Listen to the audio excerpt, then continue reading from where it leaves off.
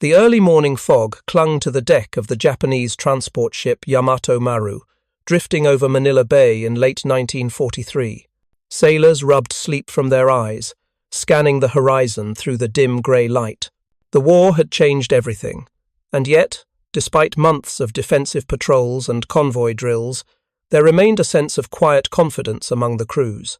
They were trained to fear American warships and aircraft machines of destruction that could appear anywhere, but there was one constant they believed untouchable: the numerical superiority of their own navy.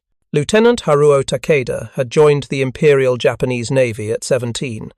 He had grown up on the water, the smell of salt and fuel, the creak of wood, the rhythmic slap of waves against a hull. His training emphasized discipline, skill, and efficiency. Japan's naval doctrine celebrated quality over quantity, elite crews operating sophisticated ships with precise coordination. Takeda had been taught to believe that sheer numbers were secondary. The war was won by careful planning, superior tactics, and unwavering courage. Before we jump back in, tell us where you're tuning in from, and if this story touches you, make sure you're subscribed because tomorrow I've saved something extra special for you. But intelligence reports from the United States were starting to hint at something impossible. Whispered rumors reached him through intercepted radio transmissions, through fragmented reports from other captains, through Japanese military newspapers that spoke of massive shipyards churning out vessels at unprecedented speed. Liberty ships, thousands of them, and the numbers kept growing, faster than any human mind could fully grasp. By late 1943, the United States had launched over 400 Liberty ships. Each vessel was small, slow, and relatively unarmed compared to a Japanese cruiser, but the aggregate effect was staggering. Each ship could carry 12,000 tons of cargo ammunition, trucks, fuel, food, even tanks. The sheer number of these vessels meant that, collectively, American shipping could outpace and outmaneuver Japan's carefully rationed logistics. For Japanese sailors, accustomed to thinking in terms of elite fleets and carefully plotted operations, the idea that a nation could simply overwhelm them with numbers alone was inconceivable. In Tokyo, Admiral Osami Nagano sat in his office reviewing production figures. Japanese intelligence had underestimated the United States' industrial capacity from the outset. They believed American shipyards could only produce ships in modest quantities, constrained by manpower and materials, an assumption rooted in mirror imaging, projecting Japan's own limitations onto an enemy with vastly different resources and social mobilization. Japan's total merchant fleet in 1943 numbered just over 800 ships, many of which had already been lost to submarines or air raids. 1 U.S. Liberty ship alone could nearly replace a lost vessel, and the Americans were producing dozens per month. The first encounter that made this reality tangible for Japanese sailors occurred in the Solomon Islands campaign. Takeda was aboard a supply convoy heading toward Bougainville in early 1944 when he first saw the vast American convoy lines stretching across the horizon. He recorded in his diary, "Hundreds of ships, all moving together, yet none resemble warships. They carry everything the enemy needs. I cannot fathom how they build so many. We are outnumbered in ways that guns and skill cannot remedy." This was the turning point, the moment when the carefully cultivated belief in elite Japanese efficiency collided with the stark arithmetic of American industrial output. The Liberty ship was not a warship, yet each carried enough supplies to sustain entire divisions. Each ship replaced losses faster than Japanese sailors could sink them. In the minds of men like Takeda, the sheer number of vessels was almost supernatural. Preparing and narrating this story took us a lot of time, so if you are enjoying it, subscribe to our channel. It means a lot to us. Now, back to the story. The US had begun its standardized production program in 1941, aiming to build a vessel every 10 days by late 1943. Shipyards in Portland, California, and Richmond, Virginia, along with operations along the East Coast, became factories of relentless efficiency. Prefabricated sections were welded together in record time. Unskilled laborers worked around the clock under rigorous schedules. Engineers like Henry J. Kaiser pioneered assembly line techniques for shipbuilding, producing vessels at a speed that Japanese naval intelligence could scarcely believe. The psychological impact on Japanese sailors was profound. Reports circulated aboard Japanese transports and warships about convoys of liberty ships delivering thousands of tons of supplies directly to Guadalcanal, New Guinea, and later the Philippines. Officers began calculating, often in disbelief, how many ships it would take to sustain a division at full strength. The answers were staggering. No single cruiser, no squadron of destroyers, could realistically intercept or destroy enough liberty ships to cripple American operations.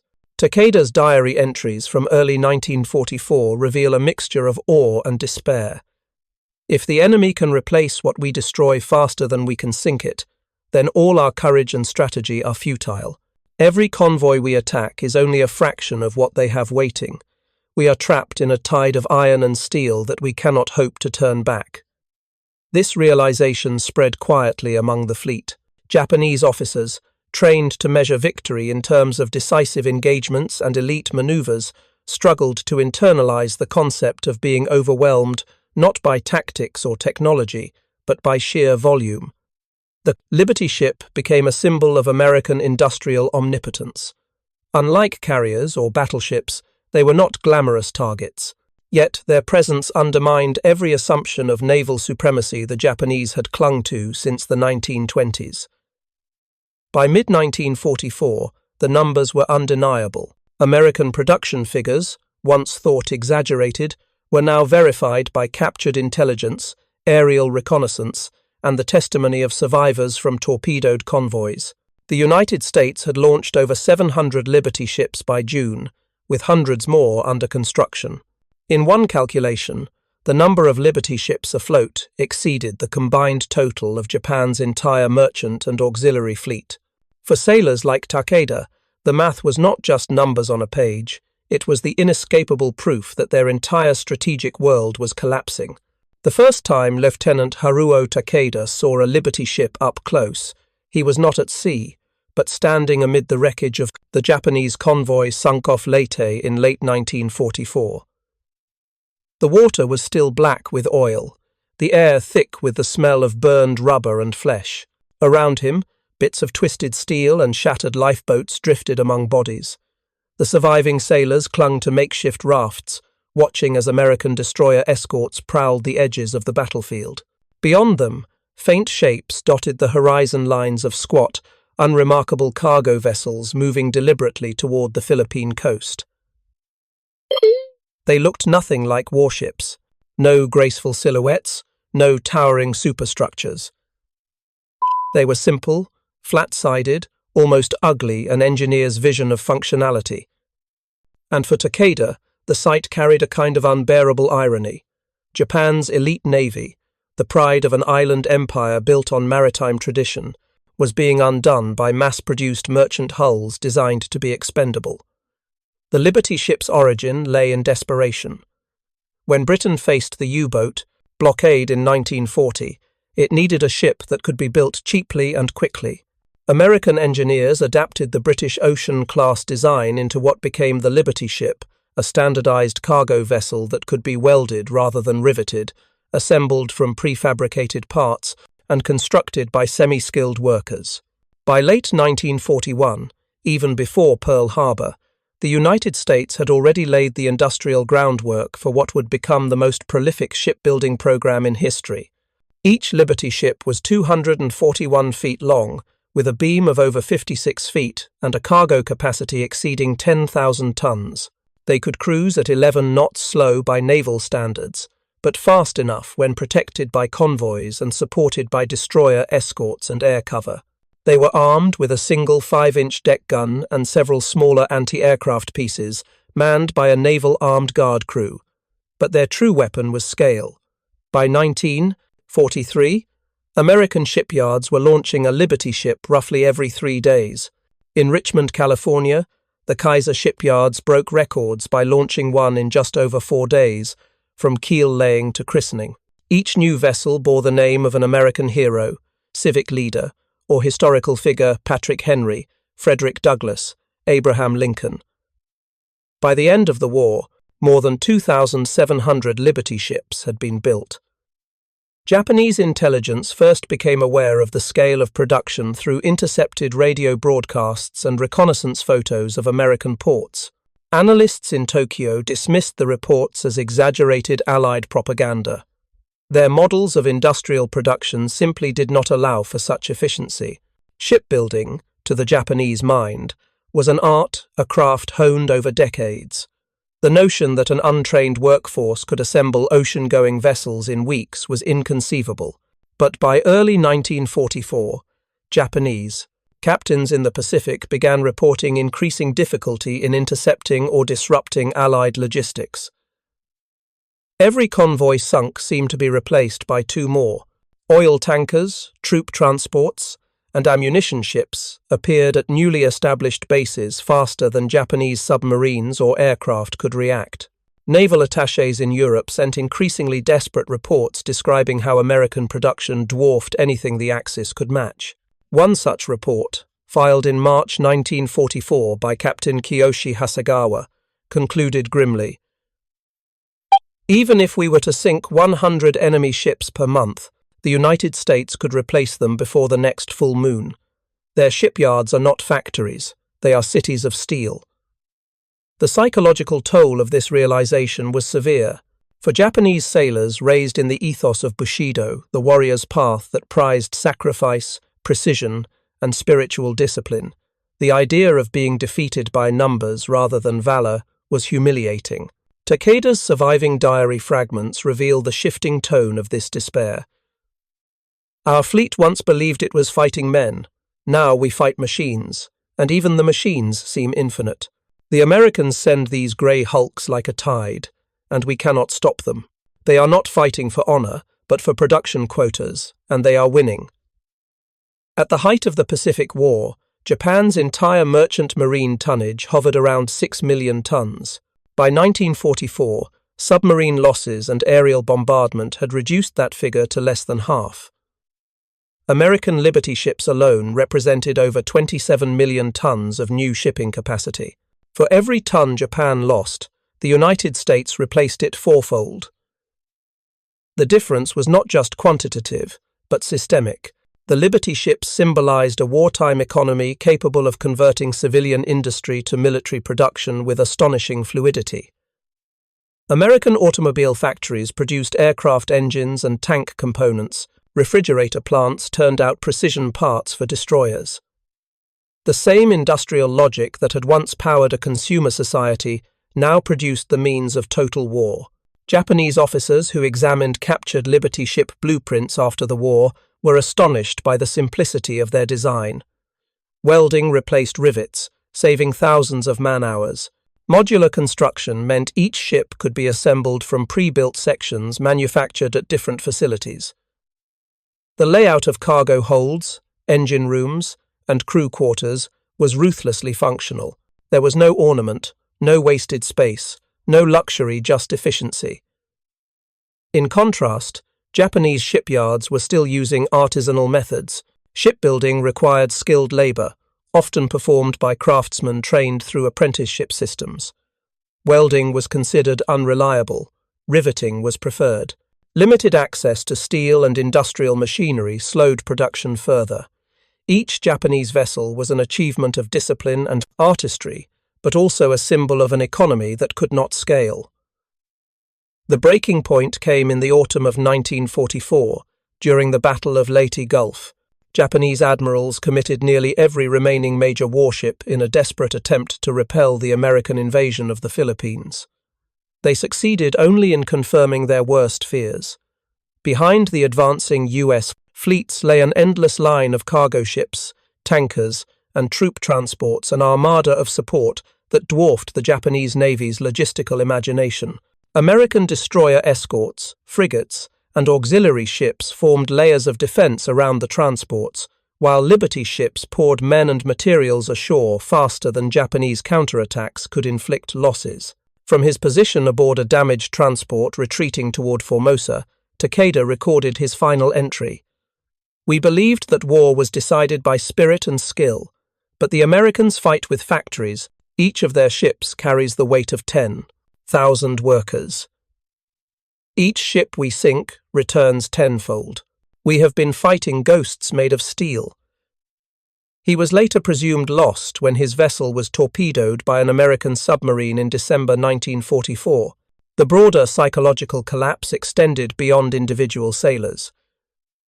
Japanese high command had long resisted the reality that the empire's logistical lifelines were being strangled. By early 1945, Japan's merchant fleet was effectively destroyed. Less than 1 million tons remained operational. Cities starved for food and fuel. Factories went silent for lack of raw materials. The industrial heart of the empire, iron ore from Manchuria, oil from the Dutch East Indies, coal from Hokkaido, could no longer reach the home islands. The Liberty ship was not simply a vessel. It was a weapon of attrition that achieved what no fleet action could.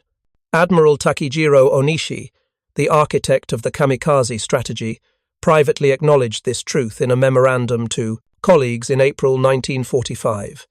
"We trained men to sacrifice their lives to destroy one ship at a time. The enemy builds 10 in the same hour. Courage cannot defeat production. Our spirit cannot stop steel."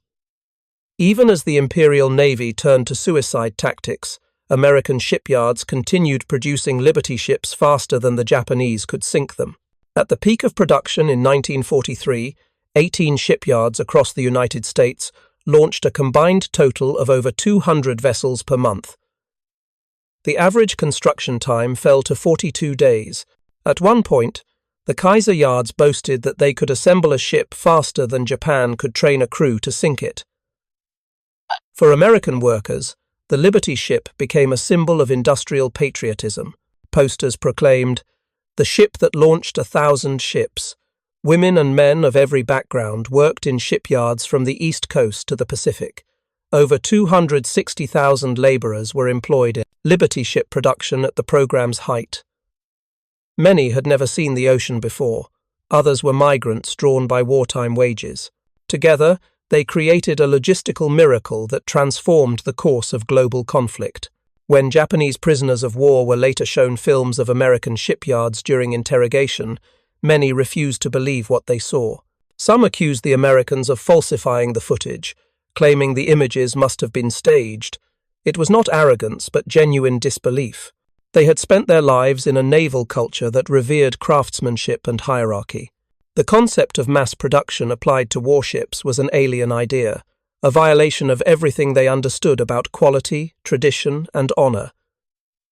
And yet, the evidence was irrefutable. By war's end in 1945, the United States had produced over 5,000 cargo vessels, Liberty and Victory ships combined, while Japan's merchant marine was functionally extinct. American fleets could project power across oceans, sustaining invasions thousands of miles from home. Japanese garrisons across the Pacific were isolated, starving, and forgotten. The historian Samuel Eliot Morison would later describe this imbalance in simple arithmetic. Japan entered the war with the world's third largest merchant fleet. She ended with less than 10% of it afloat. The United States, meanwhile, built more tonnage each year than Japan had possessed in total. The Liberty ship was not glamorous, but it was decisive.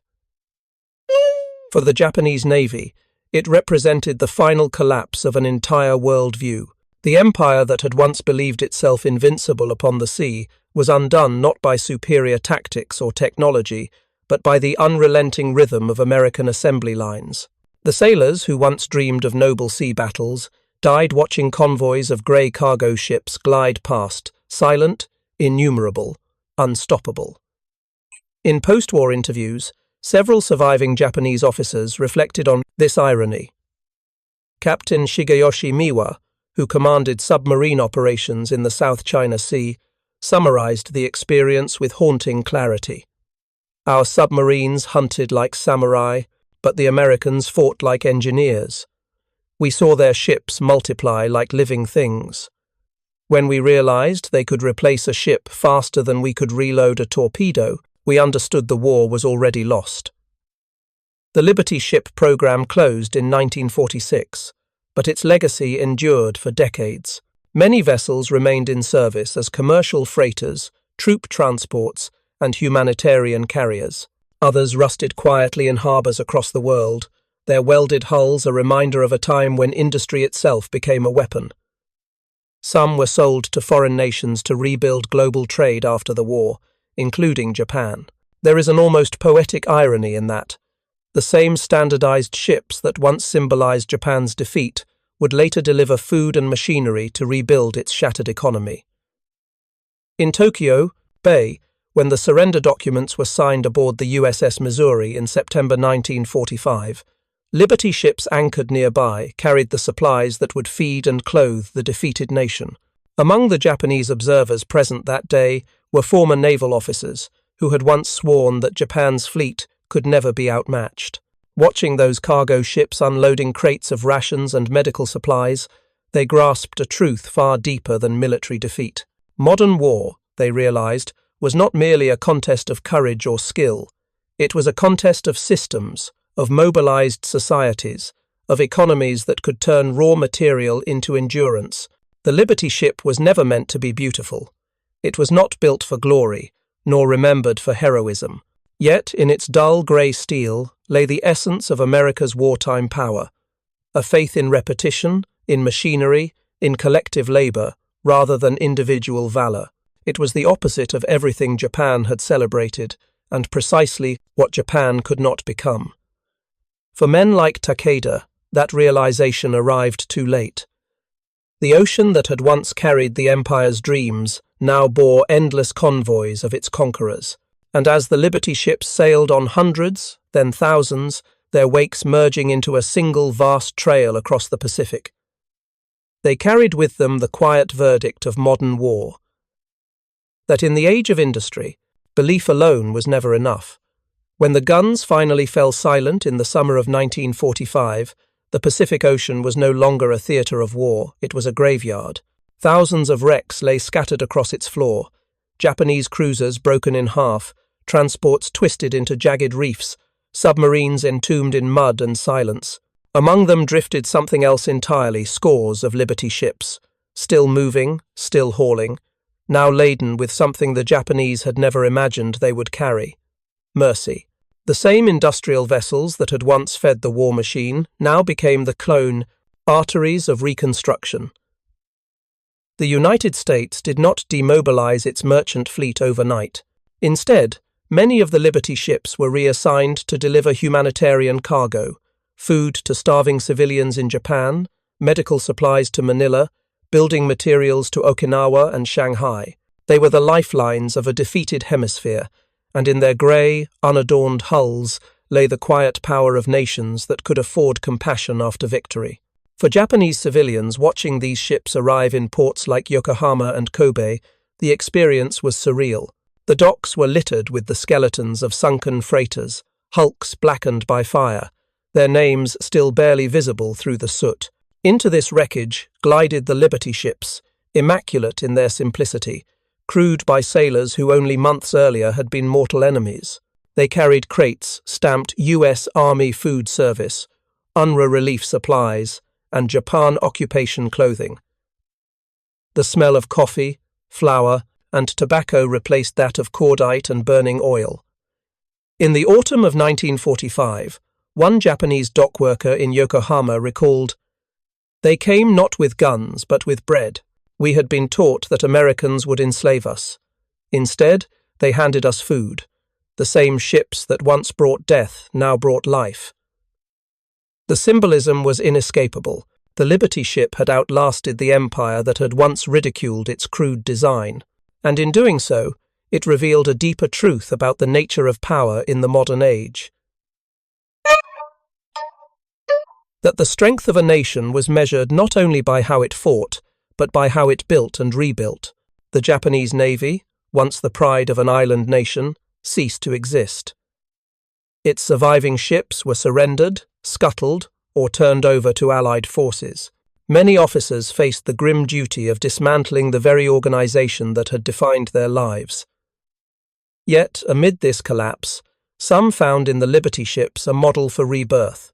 Rear Admiral Masanori Ito, who later became a naval historian, wrote in 1952.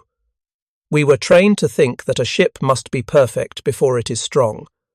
The Americans built ships that were strong because they were imperfect. They accepted flaws for the sake of speed. That was their genius, embracing impermanence to achieve endurance." That observation carried profound resonance in a country that had long revered craftsmanship as a form of perfectionism. Japanese shipbuilding culture prized precision above all. Every joint, every plate, every rivet reflected the honor of the craftsman. A ship was not merely a vessel, it was a statement of national identity, a floating expression of discipline and aesthetic. The Liberty ship shattered that ideal. It showed that, in total war, perfection was a luxury that could not compete with production. When post-war Japanese shipyards began rebuilding under American supervision, engineers studied Liberty ship schematics as practical lessons. Welding replaced riveting. Modular assembly replaced artisanal construction. By the mid-1950s, Japanese yards like Mitsubishi Heavy Industries and Ishikawajima Harima began producing commercial cargo ships using techniques pioneered in wartime America. Ironically, the very methods that had destroyed the empire's fleet became the foundation of Japan's economic resurrection. In 1956, the launch of the Nippon Maru, Japan's first post-war large cargo ship, built with modern welding techniques, was attended by government officials and former naval officers. One of them, an aging captain who had once served on convoy duty, whispered to a journalist, "We lost the war because we did not understand the Liberty ship. Now we will rebuild our nation because we finally do." This transformation went beyond shipyards. It marked a philosophical turning point in Japan's relationship with technology, labor, and national identity. Pre-war Japan had equated industrial progress with moral discipline, the notion that mastery of craft reflected mastery of self. Post-war Japan reinterpreted that principle into something new: mastery of systems, of efficiency, of the collective process rather than the individual artisan. The spirit that once forged warships now forged consumer electronics, automobiles, and steel. And the Liberty ship lingered, almost ghost-like, in the background of this transformation. Many remained in service under Japanese ownership. Some were purchased as surplus vessels, renamed in Japanese, and used for civilian trade across Asia. A few carried rice, textiles, and machinery between Osaka, Manila, and Singapore, the same routes that, during the war, had been haunted by submarines. The irony was almost too perfect. The descendants of Japanese sailors now manned the very ships that had once symbolized their defeat. In the port of Kobe, in 1957, a Liberty ship renamed Haruo Maru sat in dry dock for maintenance. Her hull still bore faint traces of her former name beneath layers of grey paint, SS George R. Shaw. The dock foreman, a former petty officer in the Imperial Navy, was overheard telling a young worker, "When I was your age, I tried to sink ships like this. Now I fix them. And maybe that's how the world changes, by learning to build what we once tried to destroy." The post-war Japanese government understood this lesson at a national scale. The Ministry of International Trade and Industry, established in 1949, prioritized shipbuilding as a key sector of recovery. With American technical guidance and financial aid through the Marshall Plan, Japan became the world's leading shipbuilder by the early 1960s. The very idea of mass production, once viewed as crude and soulless, was reimagined as a form of collective harmony kaizen, continuous improvement, applied to industry. Where the Liberty ship had embodied American quantity, post-war Japan pursued quality through efficiency. Yet their lineage was unmistakable. The principle that strength lay in reproducibility, not rarity. That the mark of an advanced society was its ability to build fast, cheap, and well enough to endure. For historians, the Liberty ship stands as one of the clearest demonstrations of how industrial warfare redefined human values. The ship was, in its time, the perfect manifestation of total war, the mobilization of an entire population's labor, imagination, and machinery toward one purpose. The Americans had managed to compress into a few years what Japan could not achieve in decades, a fusion of civilian and military production that blurred the line between factory and battlefield. Japanese officers captured after the war were often asked what moment they realized the war was lost. Some mentioned Midway. Others cited the fall of Saipan or the loss of oil from the Dutch East Indies. But a surprising number, in post-war interrogations and memoirs, pointed not to a battle at all, but to an observation, an image seared into memory. One former naval attaché, interviewed in 1946, recalled flying over the U.S. West Coast late in 1941, before hostilities began. He saw rows of shipyards stretching for miles, filled with half-built hulls. It looked, he said, as if America were growing ships like trees. At the time, he thought it an exaggeration. After the war, he understood it as prophecy. The Liberty ship, then, was not simply a vessel, it was the outward form of an idea, that in the industrial age, endurance outweighed excellence. It was an idea Japan could neither comprehend nor resist until it was too late. And yet, in an extraordinary twist of history, Japan ultimately adopted and perfected that very principle. The nation that once equated mass production with barbarism became, within a generation, synonymous with efficient industry. In the 1970s, when Japanese cargo ships carried Toyota, automobiles, and Sony, electronics across the same seas once patrolled by imperial destroyers, maritime historians noted the irony. The rhythms of shipyards in Yokohama and Nagasaki, the clang of steel plates, the hiss of welding torches echoed the same industrial symphony that had once played in Richmond and Portland during the Liberty ship boom. By then, few Liberty ships remained afloat. Many had been scrapped, their metal melted into the next generation of cargo vessels. But their ghost lingered in the DNA of every post-war freighter. Every modular hull, every welded bulkhead, every standardized design traced its ancestry back to the emergency shipbuilding programs of the 1940s. In this sense, the Liberty ship achieved something greater than victory. It changed the very grammar of maritime civilization. It proved that ships could be made like machines, that the ocean, once ruled by craft and tradition, now belonged to assembly lines. For the Japanese, that realization became both the symbol of their greatest defeat and the blueprint of their rebirth.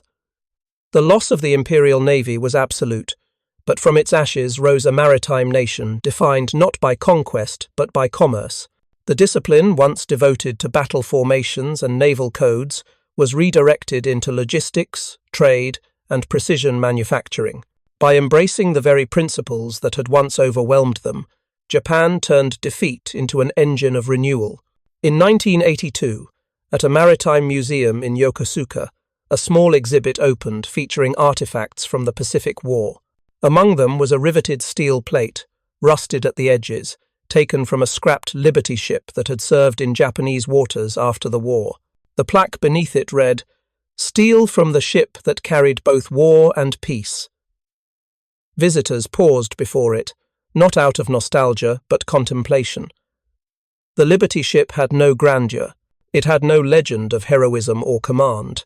It was never the scene of famous last stands. And yet, in its quiet endurance, it carried the weight of an age. For the men who had once served aboard Japanese vessels like the Yamato Maru, the memory of that endurance lingered in silence. Survivors spoke of watching endless grey convoys on the horizon, moving with mechanical indifference. They remembered the frustration of striking at a fleet that could not be diminished, only replenished. They remembered the despair of realizing that courage alone could not refill fuel tanks or replace cargo lost to the deep. The Liberty ship forced them to confront a truth no warrior wanted to admit, that in modern war, human bravery mattered less than the ability to build faster than one's enemy could destroy. When Japan finally rebuilt its merchant marine in the 1950s, its admirals often invoked a new phrase in training lectures. Victory is logistics. It was not a slogan of glory, but of humility, an acknowledgement carved from defeat. By the late 20th century, few remembered the names of individual Liberty ships. They rusted quietly in forgotten harbours, used as breakwaters or storage hulks, but the principle they embodied, the fusion of democracy, industry, and collective labour, had already reshaped the world. For Japan, their legacy was twofold. They were the ghosts of a lost war and the ancestors of an industrial renaissance. The sailors who once watched them with dread would not have imagined that their grandchildren would one day build ships faster, stronger, and more efficiently than any nation on Earth. Yet that is exactly what happened. In that sense, the Liberty ship remains one of history's greatest ironies, a weapon that destroyed an empire and then taught it how to live again. In the final years of his life, Rear Admiral Ito was asked by a young journalist what he thought the Liberty ship represented. He paused for a long time before answering. It represented the moment we learned that willpower is not enough. The Americans taught us that a nation's strength lies not in how it dies, but in how it builds. And so, when we look back on those grey, unglamorous ships, the ones Japanese sailors once feared, the ones that outnumbered their entire fleet, we do not merely see vessels of war. We see the quiet turning point of modern history. We see the twilight of one age and the dawn of another, the age when steel and sweat, multiplied by millions of hands, became mightier than any empire's dreams. Up next, you've got two more standout stories right on your screen. If this one hit the mark, you won't want to pass these up. Just click and check them out. And don't forget to subscribe and turn on the notification bell so you don't miss any upload from us.